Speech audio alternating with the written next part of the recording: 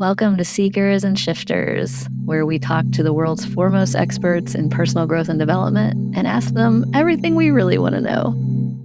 Hey, welcome to Seekers and Shifters. I'm your host, Michelle, and I am here with my friend and my colleague, Dan Oliver. Dan, do you want to introduce yourself to the listeners? Yeah. Hey, everybody. I'm Dan Oliver. I'm a coach. I mostly work with business owners and tend to focus on mindset related things with those business owners.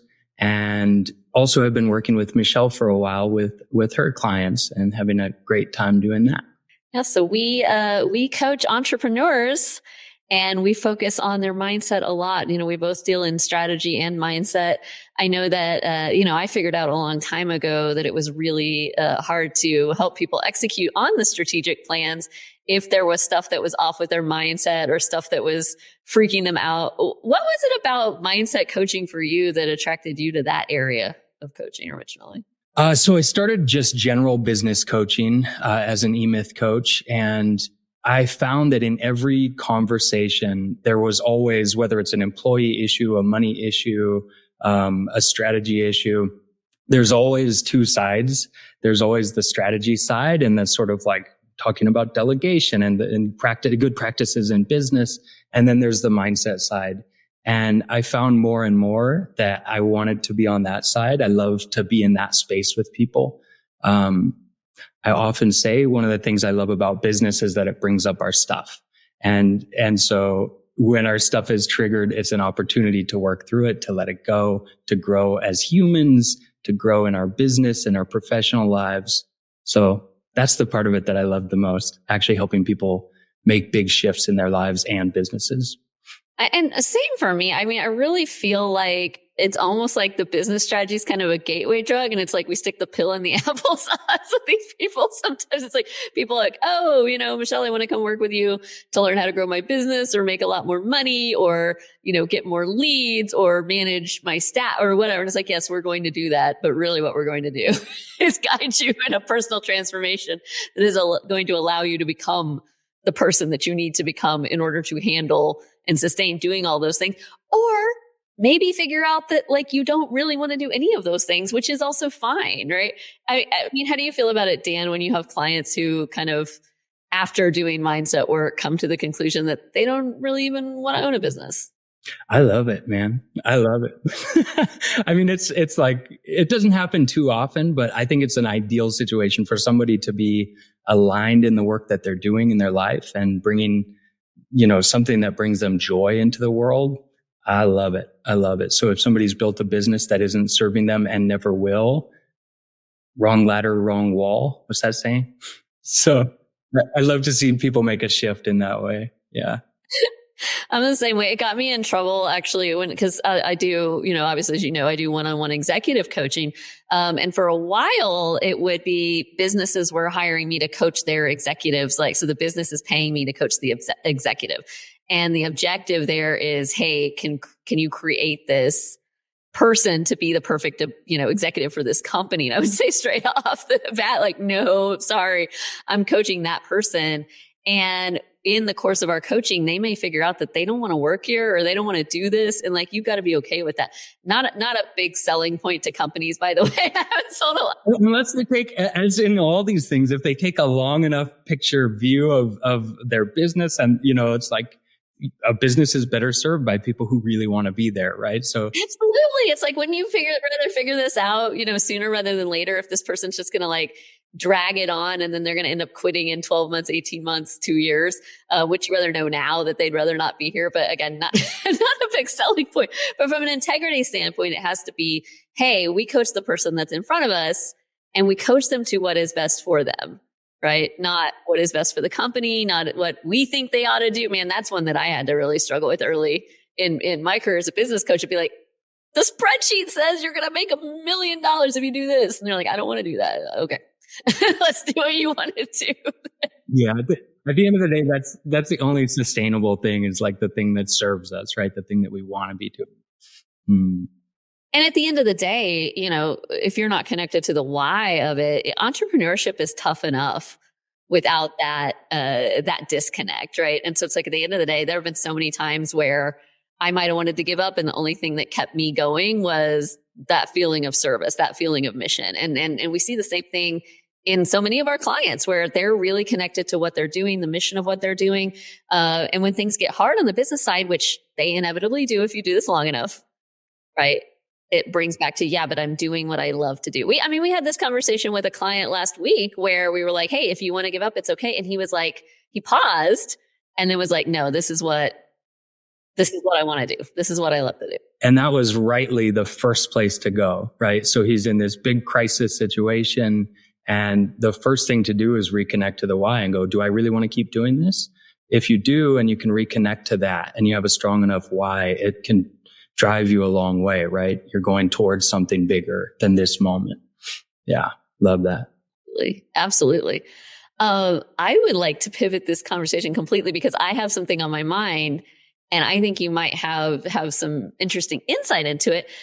You, like many of the people so far that have been guests on this show, are somebody that I met originally studying NLP and learning NLP. We met, we were in master practitioner training together. We were friends online, and then eventually, it made sense for us to come and work together. And now now I have the privilege of being your friend and your colleague, and we've gotten to know each other a little bit. One thing that's so interesting to me about that space and almost every other personal development space that I've been in is the ratio of men to women, where you've got like 80% women and like 20% men. And I'd love to see more dudes doing this. I think that's funny. I never thought of that. That's a good point. Well, I was going to ask, if you notice that kind of like when you walk in a room, do you feel weird about, oh my God, almost everybody in here is a woman? I guess not. No. I feel great about it. I love this. No, I actually hadn't even made that connection, but it's true. It's true. Well, I wonder why you think it is that there aren't more men in the personal growth and development space. There aren't more men coaching like this. I don't know. What do you think? I don't know, but it seems like healing professions are all often women. I don't know if that's actually statistically accurate, but it seems like that's often the case. And I think a case could be made that a lot of men aren't into personal growth and development. There's sort of this stigma around needing to have all your stuff figured out, right? And men aren't supposed to struggle, and we're allowed, society allows us to have anger and sexual thoughts, but not the other emotions, right? So to coach, to be in the personal development space, you have to really be in touch with all the sides of yourself and willing to look deeply at yourself. There are a lot of men that do that, and there are a lot of men that don't. And I think just culturally, probably it's more biased toward women doing that work, right? Really looking inside. What do you think? Well, it's interesting because it's like, well, is it because of how we're socialized? Like women are socialized to be helpers more? Or is it that men are socialized not to look inward? And obviously we know in order to be able to do this work for others, we have to do a lot of this work on ourselves. And that might be a little bit scary or intimidating. I don't know. I know that I wish that there were more men in the space. And I know that, and I'm the one bringing up the gendered conversation here. But the way the space gets gendered is really interesting to me. I have had, and I've been coaching for 8 years now. And I've always coached everybody. And I've had several people ask me in those years, oh, you coach women or you're a business coach for women. They assume that because I'm a woman, that's who I coach, and that I would specialize in women, that women should specialize in women. I've also, and by the way, I love coaching men. I've also had male clients tell me, hey, I'm glad you're a woman because I wouldn't feel comfortable opening up like this to a man. It doesn't feel comfortable for me to be vulnerable in front of a man. I almost need you to be a woman as a bridge. I find that very interesting. Obviously you coach lots of men and women also. And at least in terms of the clients that I know we share, the men don't seem to have any problem opening up to you, and you're a man. So I don't know. How does any of that? Very sweet man. He's a very sweet man. There is something to that. I remember a long time ago getting a therapist, and it was a male therapist who mostly works with men. And I was worried about that. I had that same kind of thing, like, man, I'm more comfortable opening up to a woman. And he advocated for that, for like actually opening up to a man and being in that space with a man. And I think it is really therapeutic for men to do that, to be with men in that space. just if only because if you're choosing to a woman coach for the fact that they're a woman and you feel more comfortable opening up, I think that that's probably something to work through. And you can work through that with a man, right? You can work it through it with a woman too. But there is something to be said for that discomfort and sort of breaking down those walls. Like, what is that? What is that? I don't know. What is that? What do you think? What is that? Why is that? I would be inclined to agree with you and sort of answer that question with a question, which is, we get excited, right? Oh, something to explore, right? Like, why does that make you uncomfortable? What is underneath that? And what do we need to explore? And obviously, in order to do our work, we have to be able to create a sense of safety with a client and a sense of rapport with a client. And if somebody is so lit up on the same gender or the opposite gender or a specific gender that they can't get there, okay, we gotta meet somebody where they are. We gotta start where they are. And I do think it's a worthwhile thing to explore. I think it's really important to the point where, and I come out of queer spaces, right? Where gender, especially these past few years, it's like gender's a construct, gender's not even a thing, and then you go into the more traditional personal growth and development space, and gender is most certainly a thing. And people talk a lot about masculine and feminine energy, and people talk about a lot about biological realities of men versus women. It's been really interesting for me to float between those spaces where the ideas are so completely different. I'm the kind of person personally that when I go get a massage and they're like, do you have a gender preference? I'm like, why would I have a gender preference? Like, I want a massage, you know what I mean? And I have to remember that for other people, there's a lot that's really, really loaded into gender, especially people who are straight and have come up in heteronormative spaces, or people who have come up in spaces where gender roles are really defined, maybe religious spaces and things like that. They feel men and women are very different, and I'm going to have a very different experience. I don't know. What I see is masculine and feminine energy, and I think those are very important things to talk about. But I see those as being energies that all of us have, and that all of us ought to be working toward balancing. Yeah. Well, that's when I say I'm a sweet man. Really, that's what I'm getting at. Is right. Like, I think I'm fairly balanced. I've done a lot of work, and I do bring a fair amount of that into especially an intimate coaching space, right? Some coaching calls are more tactical and some are really deep, and sometimes people cry and sometimes people are working through really difficult things. And sort of being able to bring either energy as the situation demands is, I think, really important as a coach.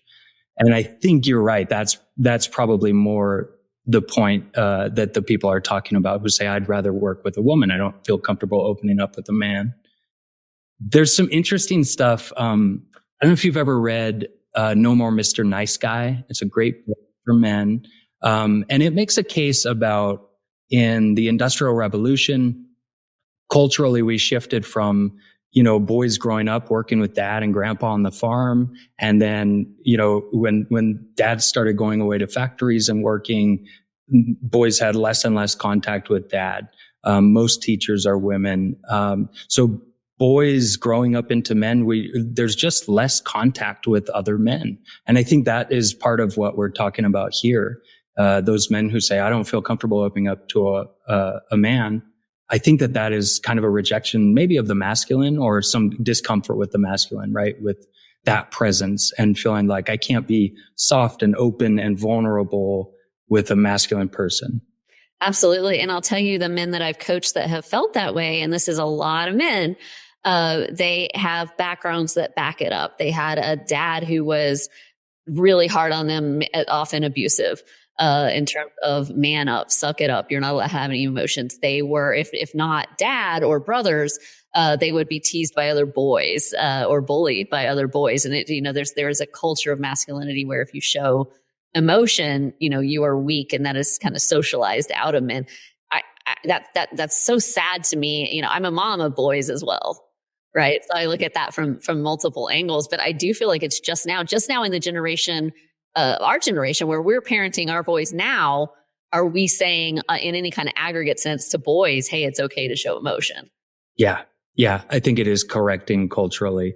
But it's totally true. It's sort of like like I said earlier, men are allowed anger. Anger is the known one, right? Men can have anger. We can be super hypersexual, right? Theoretically, culturally, sort of that's the expectation. But there's like, the whole spectrum of human emotion and being a person that can be messy, that can be trying, and that can be really incredible when you can start to embrace all parts of yourself and go, hey, I am this. I'm angry, and under that, I'm also this. I'm sad. I'm hurt.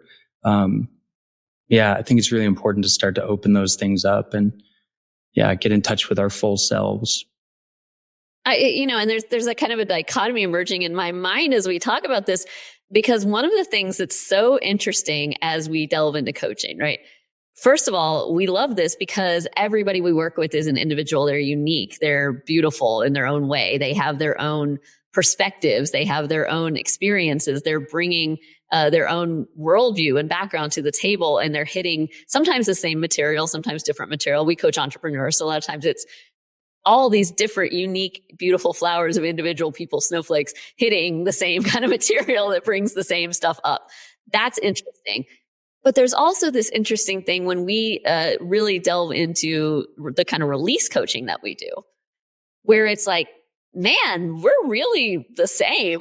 When we get into core wounds, they'll kind of joke, or maybe it's not a joke. Oh, there's 5 core wounds, right? It's I'm too much. I'm not enough. I'm not good enough. Whatever those. And it's like when you dive in with like anybody, me and you included, right? We get to a what we call a greater problem or a core wound that's very similar to everybody else's. Yeah.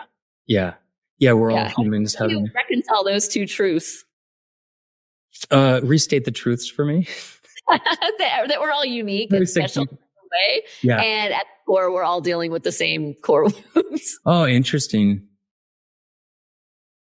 Well, I think we all have different backgrounds. We all have different experiences, right? Even twins can grow up and have different experiences. It's what we do with the experiences. It's what we, how it makes it through our filters. So we're all uniquely different, and we're all having a human experience, right? Like there are commonalities in the human experience of wounds and hurts and things that hurt too bad to really process at the time, things that wound us for a long time. And years later, those things come up in various ways, right? Like you said, it's some of the same material can bring up different things for different people, but a lot of it does track back to some of the same wounds. From a coaching perspective, I try really hard not to hold that too much, because I think there's something pretty magical and necessary in somebody discovering their things for themselves, right? So it's sort of like I can guide them. And sometimes I have my idea about what's going on, but at the end of the day, they've got to come to that realization, right? So I can get curious. I can hold the space for them to feel safe to open up about it and to sort of dive into their stuff. And at the end of the day, they've got to connect it and go, oh, that's what's like, this thing is really affecting me out here. Absolutely. And it doesn't work unless they connect it for themselves, or we connect it for ourselves when we're the ones being coached. And it can be trying sometimes as a coach, because you do hear the same patterns over and over and over. And, I know you're so much more patient than you're a sweet man. I'm an aggressive woman, There are times when I just want to be like, okay, like, so which one of your parents was an alcoholic? And you've seen me do this. And they're like, how did you know? Right. Yeah, you are very good at it. That you connect that for yourself. Yeah, you're really good at getting to those like deep connections really fast. Yeah. I don't know if it's patience for me or what, but I love the exploration. Like I love just holding space for a person to be in their stuff and discover themselves and come closer to themselves. I love that. Love it. It's a lot of fun. It's beautiful. And, my favorite part of our work is when we see someone have that shift because they react differently to the same stimulus. So the same thing will happen, externally in their life that maybe happened 6 months ago or a year ago, and how they handle it and react to it is totally differently. Maybe a year ago, they got completely spun up and it was ruining their life. And now they're just like, oh, it's a Tuesday. And we see them get stronger and stronger with their mindset. To me, that's just the coolest thing. It's amazing. I have a client right now who's going through some really tough stuff. And in our call last week, he was like, honestly, I feel pretty peaceful. Like, I've got to deal with it. I'm going to get through it, but I feel peaceful about it. And it was a really cool thing to see because it's a client who in the past has struggled a lot with those kind of things. So yeah, it's amazing to see that progress. Yeah. As long as they're still associated and they're not like, I've flipped a dissociative switch in my brain and now I don't care. Shut off all feeling. And it feels amazing. It feels amazing. I don't care anymore. I'm drunk. Yes.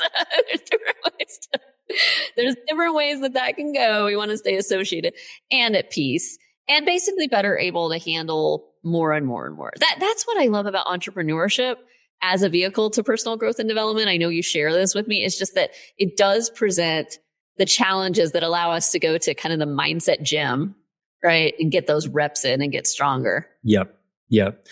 I feel like it's sort of like so many people who come into business coaching think I've got out there problems, right? I've got money problems. I've got employee problems. It's like super outer directed.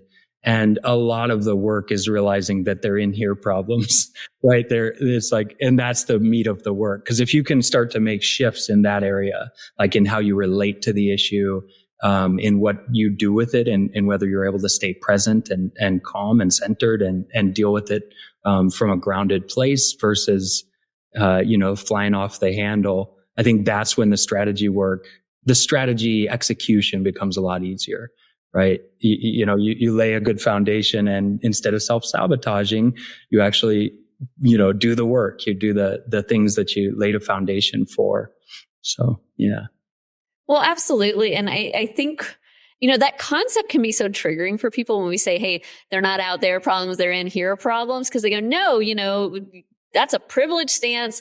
And the truth is that I have problems and I have different things in my background. And we know we're not saying that there is no such thing as external circumstances or that some people don't have it harder than others, from an external circumstance point of view. What we're saying is that like literally the only thing you can control is in here. So they have to be in here problems because the only solutions are in here solutions, right? Yeah. I see that as I agree. I get the triggering thing, but also when you get your head around it, it's the most empowering principle you can keep in mind, right? It's being at cause, right? Like I might not have created that situation, but how am I dealing with that situation? The way I like to describe it, maybe you have a way you go to. I like to say, if you're standing here and rocks keep falling on your head, you can just be mad all day about rocks falling on your head, or you can go, oh, I'm at the bottom of this cliff. There are rocks falling off of this cliff, so maybe I should choose to stand in a different place. It's a really super dumbed down way to explain it to clients, but that idea, that principle of being at cause and taking ownership of the in here stuff, I think is as empowering as it gets. Because like you say, those are things you can control. When I was in my 20s, when I was younger, I was very into like a high femme presentation. I loved dressing up and like doing my makeup. I still do sometimes, right? Now I'm in sweats most of the time, but I love that. And I was going to work every day and I had my little shift dresses and my little high heels on and I loved it. And I started having foot problems, right? And I went to the podiatrist and he like gave me a cortisone shot in my foot. And he was like, and I was like, cool, but will I still be able to wear my high heels? And he said, don't hit yourself in the hammer every day and come in here telling me you got a headache. I love that. And I thought about that a lot.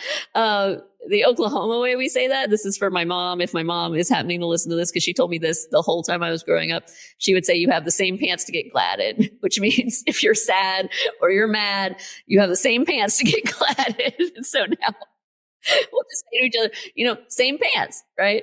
You got the same pants.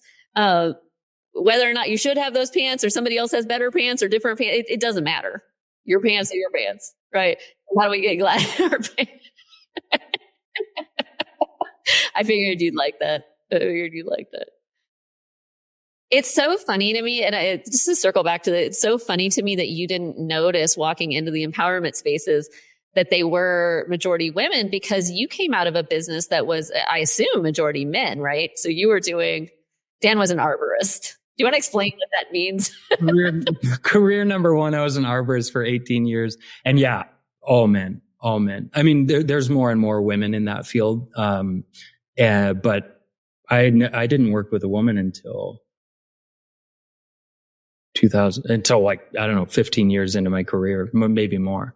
Yeah. Well, and tell me if I'm wrong, because I might have the wrong picture of this, but when you talk about being an arborist, I see you as like up in trees, like with a chainsaw, and you're like chainsaw and trees, All those very things. manly stuff. Yeah. Yeah. All those things. Yeah. So it's surprising to me because I would think that it would have been jarring for you to come from spaces where you were with almost exclusively men for many years to walking into a space that's almost exclusively women, and your brain would have been like, this is different, but nothing. No, honestly, no, I never realized that. One of the things that I loved in arboriculture is that, I felt like I was able to work, maybe it's the same reason I enjoy coaching men. I was able to bring kind of that, both energies, right? Masculine and feminine energies, and sort of balance them. And, there's a lot of grizzled dudes in the tree care industry. And yeah, it's fun. It's fun to just kind of break down some walls and joke around. I think like coaching and life in general, levity is one of my highest values, which is just, laughing, the value of laughing, even when things can be difficult. And it breaks down walls. And so in that space, I always really enjoyed that. And yeah, it is surprising I didn't notice that. Were you a sweet man in that space too, or were you a grizzled? No, man, I was the same sweet man. I mean, I had more sawdust on me and dirt, but no, I mean, I always loved, working with, dudes who are, former Marines and, don't joke around too much and just making them laugh and, making light of that stuff. And I made some really deep and incredible friendships with incredible people in that field. From that, right? From just kind of breaking down some of those walls and joking around and having fun. Man, I used to laugh a ton doing that work. So fun. It's so fun. Did any of those guys follow you into your coaching career? Like, did any of them end up becoming coaching clients ever? One.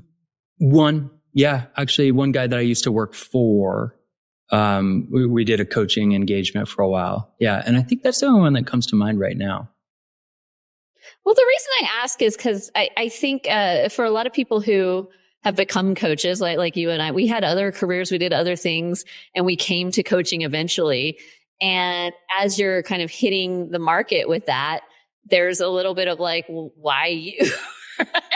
Or whether that's real or whether that's perceived, we need to come out and say, hey, I'm a coach now. This is what I do. This is why I do it. This is who I work with. And there are going to be people that are like, oh my God, cool. Like, you're amazing for that. And can I sign up with you? And then there are going to be other people that are like, wait, what? Like, what are you, you're taking a hard left. What are you doing? And I think that's something that every coach has to reconcile. I will say what I'm happy about is in the last few years, coaching has begun to be taken more seriously as a profession, as a job. I feel like 10 years ago, it was almost seen as, oh, you're a life coach. Like, that's what you do when you give up on your regular career.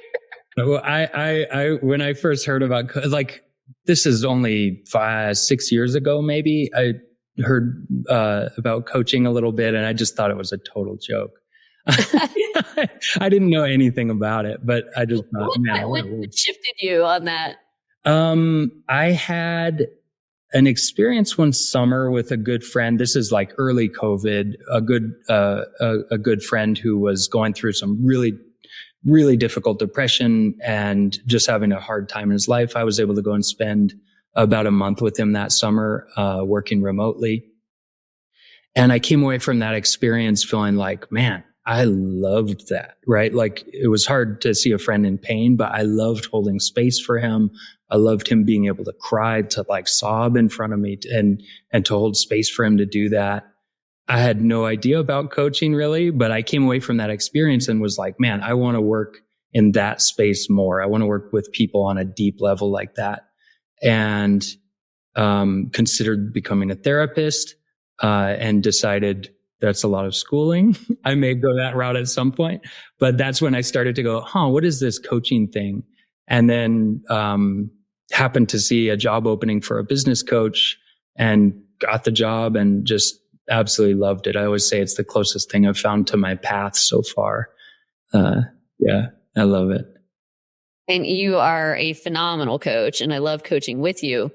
And that story is a little bit like nails on a chalkboard to me in terms of like people that have never coached before can just answer a wanted ad for a business coach, and they're like, "Sure, come on." It's just gonna, ah!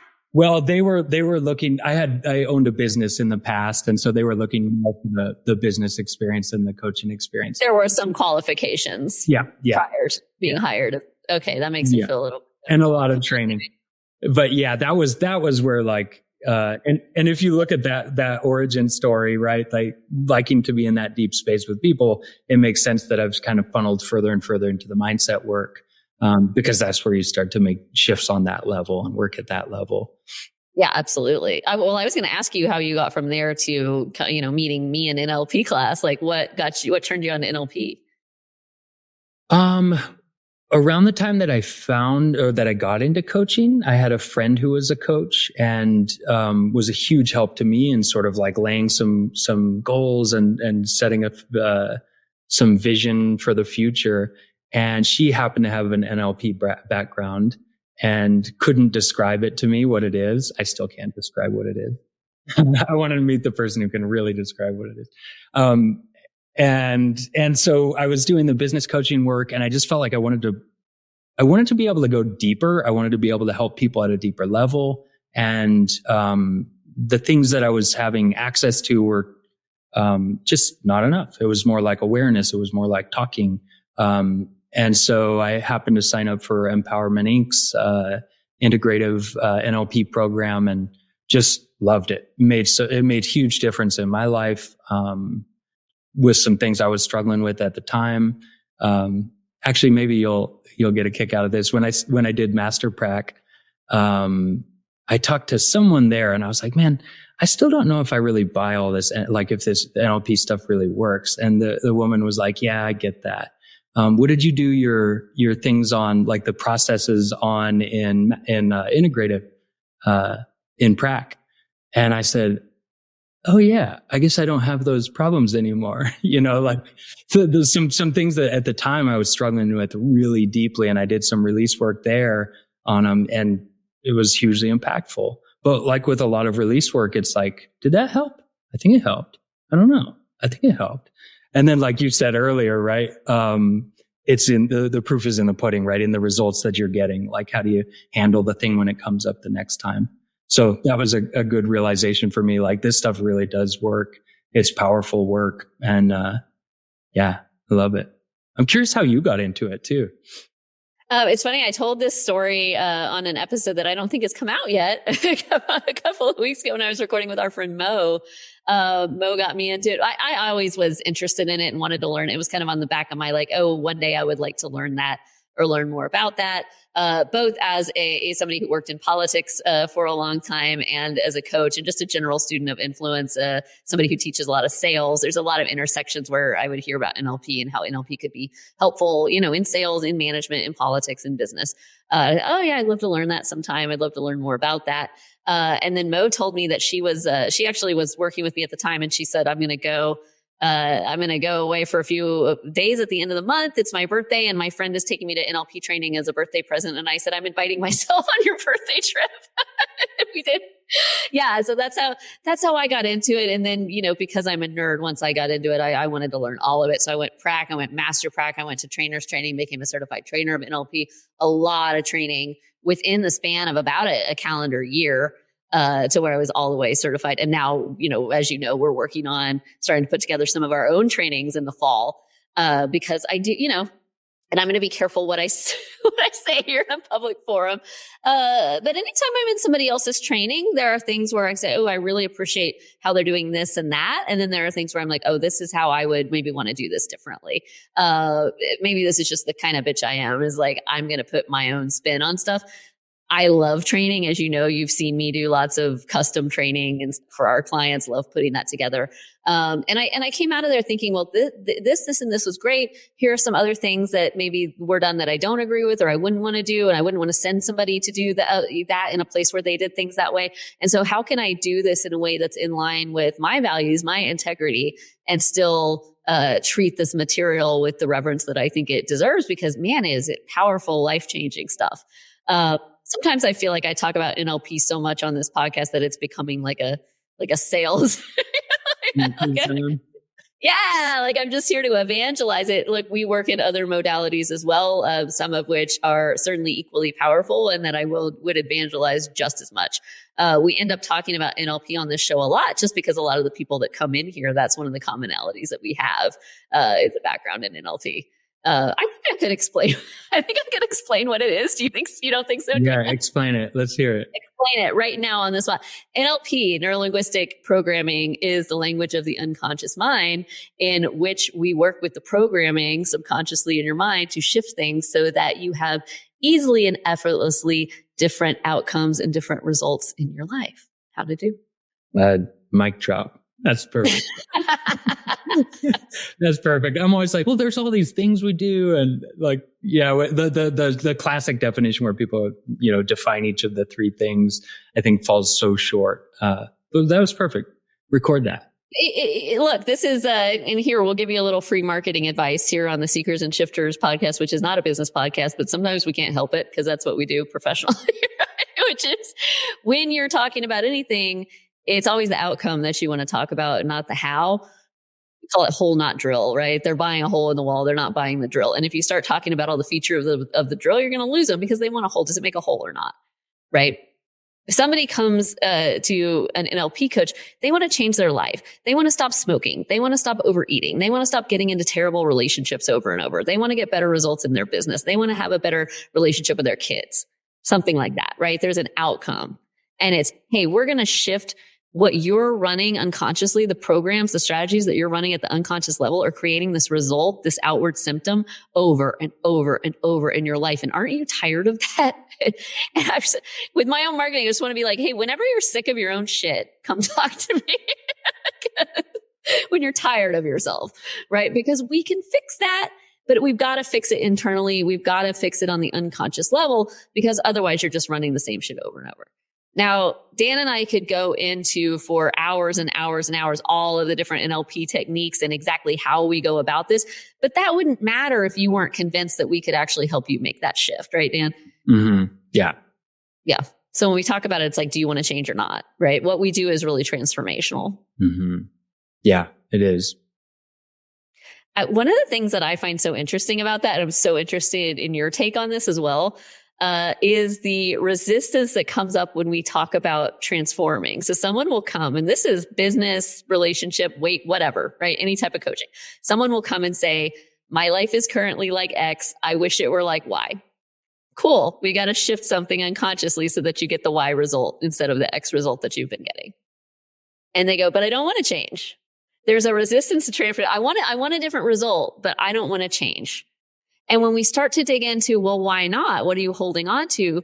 There's what we call nerdily a secondary benefit to holding on to this, right? It's like with weight, right? And this is one that I've struggled with plenty in my life.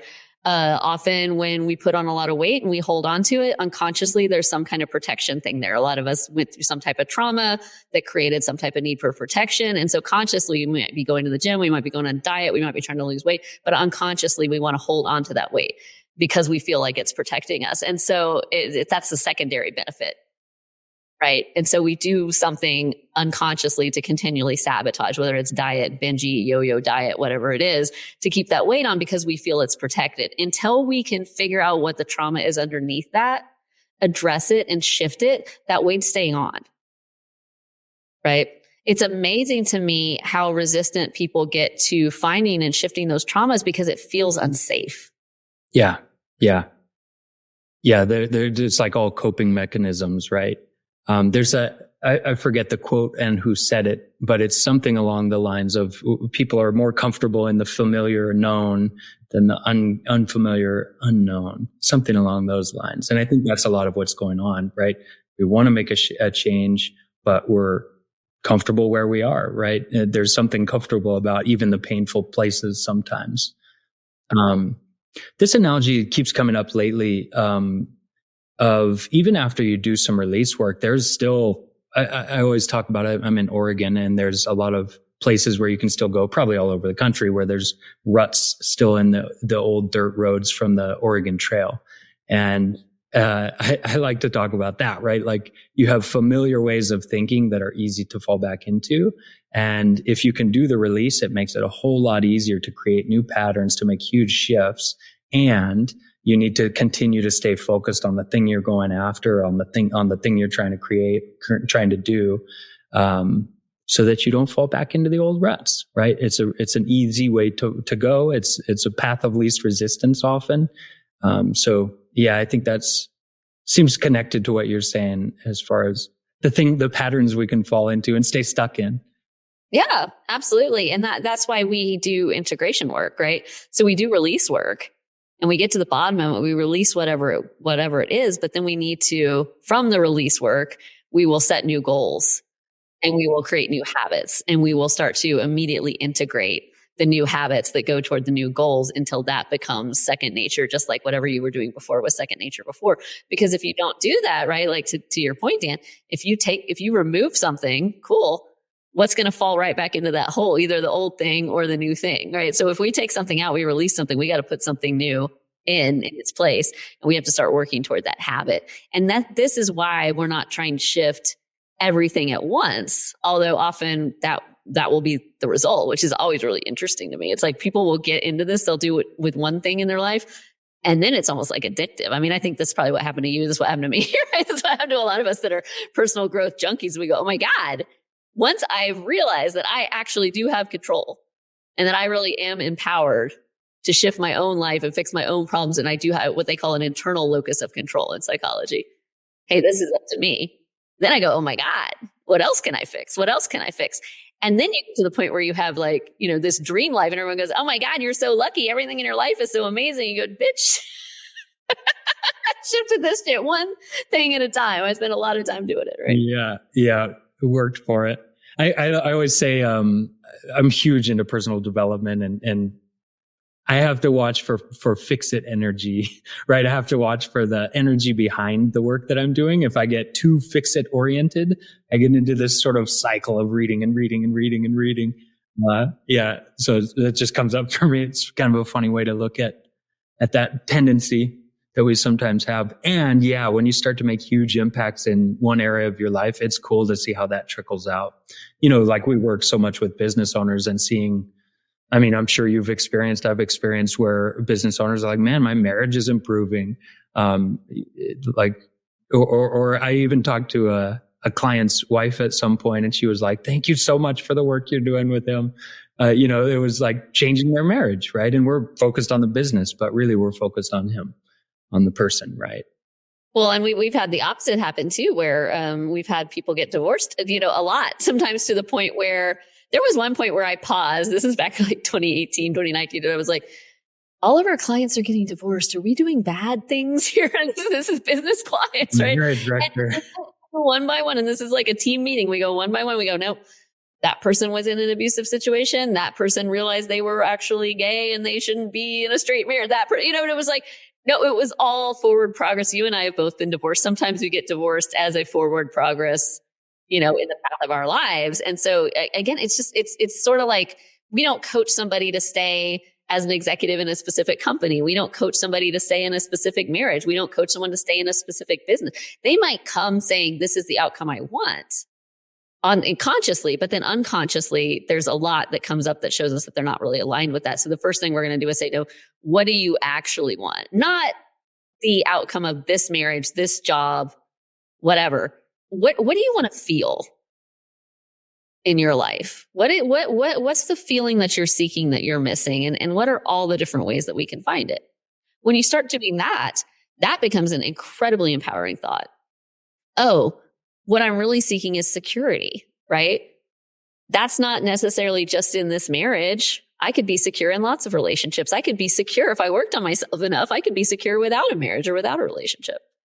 Oh, I don't need this job to feel secure. I could have any job, or I could be an entrepreneur. I could make my own money, or I could invest my money to the point where my money makes money. There's lots of ways to be secure. Or I could go be a monk where I didn't need any money at all.